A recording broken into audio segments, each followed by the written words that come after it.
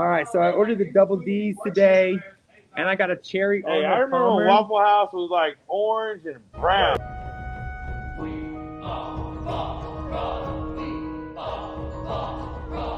WafflN, Waffle Out, talking real life shit in Waffle House bullying. What's that about?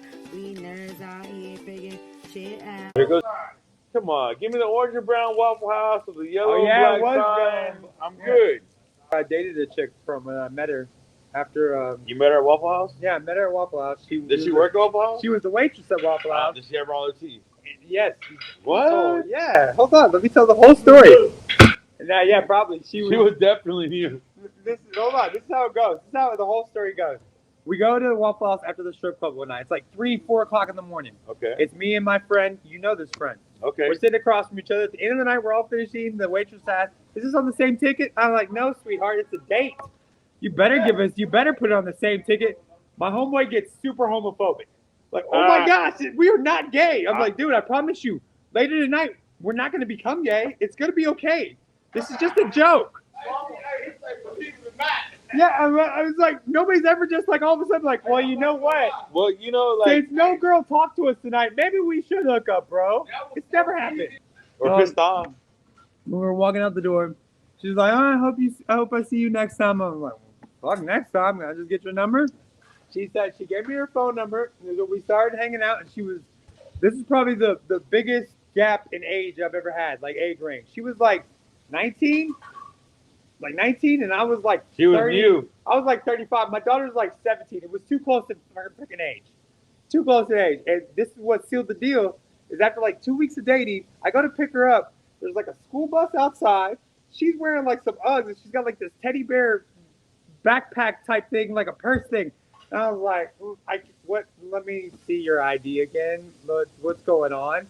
And she showed me her ID. She was of age. I was like, "I just can't do this. I'm sorry." Like, we literally went to dinner. I just ended. I was like, "I'm sorry. This all just came to a big head with the school bus and the Uggs. What are you doing? What's going on here?" Bro, here goes your double D's. Man, put those sandwiches back, bro. Yeah, darken them up a little bit.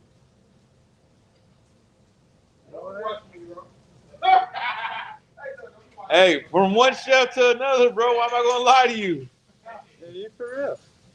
How you gonna make me not take my food how I want? Still be how I want my food. You're a bastard. All right, sir. A live. Hey, you're guaranteed not to have a comeback with me, bro.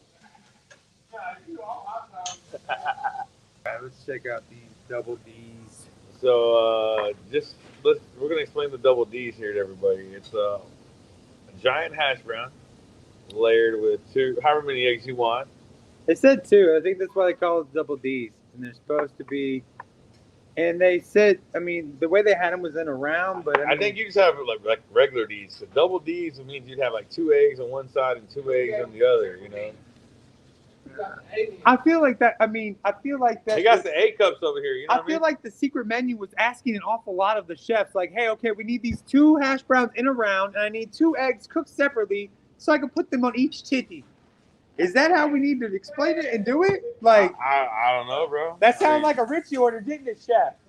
Like, maybe I should have had you place the order, because you could be like, "Hey, man, let me get those in the round, separate, on overlight." It sounds like a you order. Hey, but if you tip the cook and you straight up with the cook, it should be all right though. One thing about me is I don't mind doing my job until it's like 5:30, like I told you. I like real White Castle burgers. I don't like them fucking just you get in the freezer at the store. When But me like, and you my get up there to like Chicago and Missouri. Arkansas, yeah, and all that shit like that. Yeah, I like White Castle. Me and Missouri's the closest one. 6.5 hours. when me and my wife went to Indiana, and her name's Kelly, so I said, "Keenan and Kelly go to White Castle." Only like 3 people got the joke. Like, it was such a waste of a joke. Now that I got somewhat of a following on some shit, like all the stuff I wasted, like, and like the stupid stuff I did, like when I paid the stripper to dance and eat on at the same time. I never thought it was literally just for a story.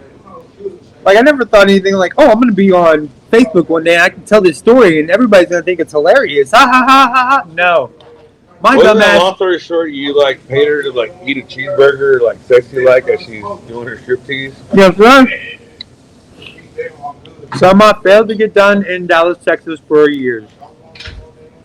All because of Adam Sandler movie. I don't know if I'd be like amazed or like excited. Like, Oh, dude. do you go tip this girl, or you just like sit back and watch her and let her eat this burger? Oh no, like literally we did it in this podunk. My homegirl took me to a strip club in like Oklahoma somewhere. Some podunk, Oklahoma strip Dude, club. I thought you were gonna tell me somewhere like West Texas or something. No. You bust out. No, we were in the middle of fucking This Oklahoma. is a trucker strip club where there was literally like 25 trucks outside and maybe 10 people inside. So where were all those truckers at? Outside in their trucks. With the lot lizards. Which is probably how this place made its money.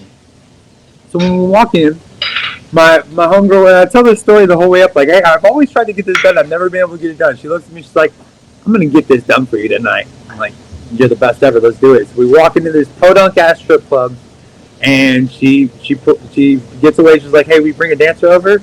And she's like, yeah, sure. When the dancer comes over, I tell the story, like, hey, I've always wanted to get a stripper to eat on stage. Like, I want you to full-on do your dance and just act like it's no big deal you're walking around with a cheeseburger. So, okay. And she quoted me like $600.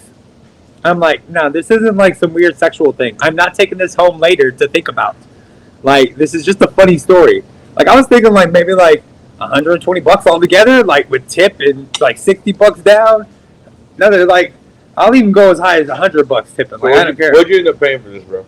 I think like all in all like 120. I had to buy the burger, and I told you about the menu. It was the best menu ever. They had a Slim Jim and Sweet Tarts on the menu. Like, you don't know how hard it was not to get a Slim Jim or Sweet Tarts. But I was like, all right, how much fun could she, like, what's she going to do with the Sweet Tarts? Open up the package and pour it over herself? Yeah, like rain, dude. Yeah, I know. Like, I'm looking for, like, this sounds so, like, terrible, too. I'm looking for a sustained something like, Maybe that's how you train yourself to, like, for the quarters are going to come on stage or something, Sweet Tarts.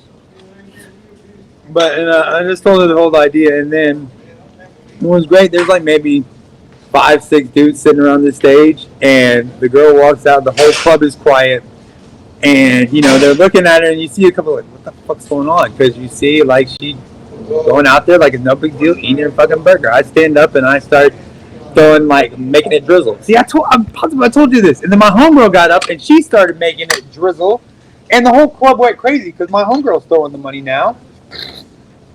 And finally, the whole club's like throwing dollar bills at this girl. Like, it finally all ended up working. So your plan worked out, and the stripper got extra tips at night. Yeah. Or for that dance. She climbed up the pole with the burger in hand, slid down the pole upside down, and took a bite of the burger. When she hit down on the ground, took a bite of the burger, like, I mean, my whole life flashed before my eyes. Like, it was amazing. It looked like a mic drop. Yeah. It was exactly like that, Jim. Exactly like that. Or it was like you drop your hammer, it's like, I built this. Yeah. It was amazing. But, man, I'm just never going to top that, dude. Never. I think I'm done going to the strip club after that. I'm pretty much over. Because I'm like, never going to top that.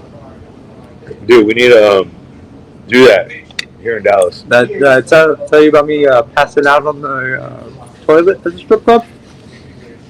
It's my 30th birthday. Yeah, I just gotten half of my Batman done. Okay. So I have half the Batman done.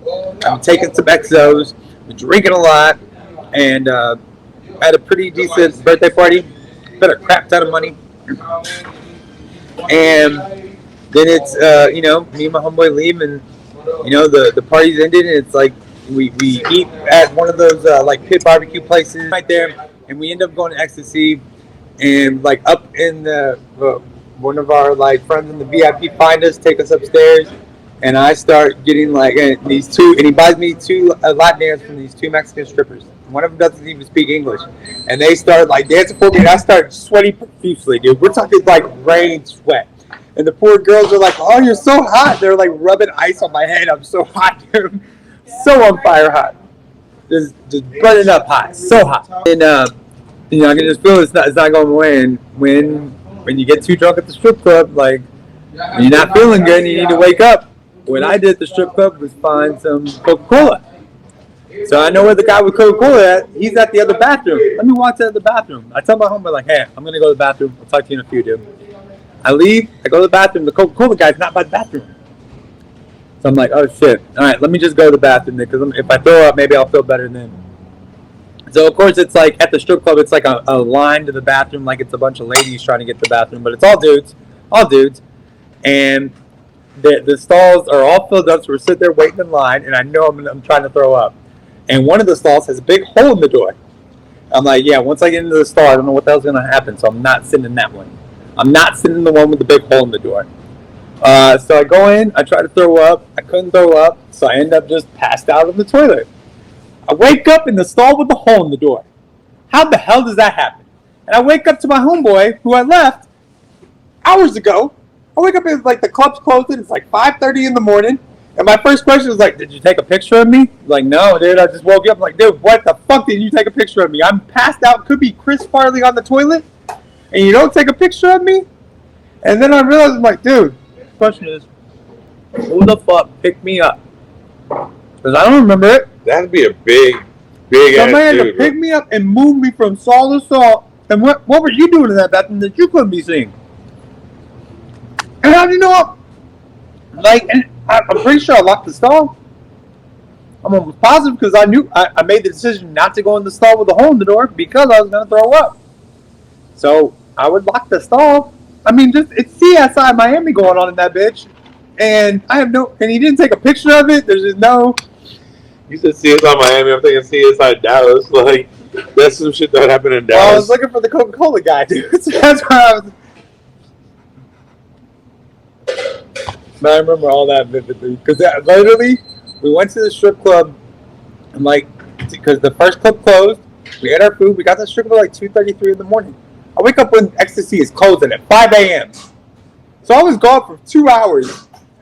And I'm like, dude, did you come to look for me before that? He's like, no, I thought you were just at the bathroom doing your thing, man. I don't know what you... Oh, man. I had titties in my face. I'm so lucky. I lost track of time. And nobody calls the cops or something. Like nobody even heard of it. Like nobody says, "Hey, you got this fat dude passed out on your toilet in there. Maybe you should call the cops, bro. Maybe you should get an EMT here pretty quick."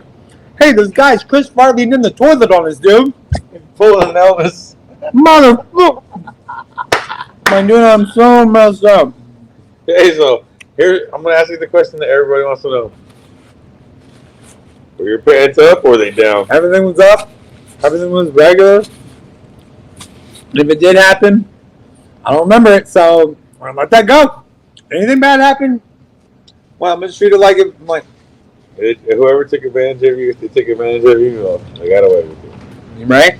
I can't do that shit. That shit's gross. What are you doing? You gonna make out with that thing? Dude, the pecans, the smell of pecans, and then it's like perfectly covered with like little chocolate kisses everywhere. Like, see, like they just smush. Like it's in the work of art, bro. Lame ass. No, see, this is like a really, really pretty waffle. You can tell that his wife doesn't touch. I'm telling you, bro, it's gonna be like straight. It's a pretty waffle. Dude, I'm telling you, it's like the chocolate to pecan and waffle ratio is gonna be awesome. It is pretty awesome. And then it's like she read my mind. She put double butter and double syrup. Well, she know you ain't got shit at home.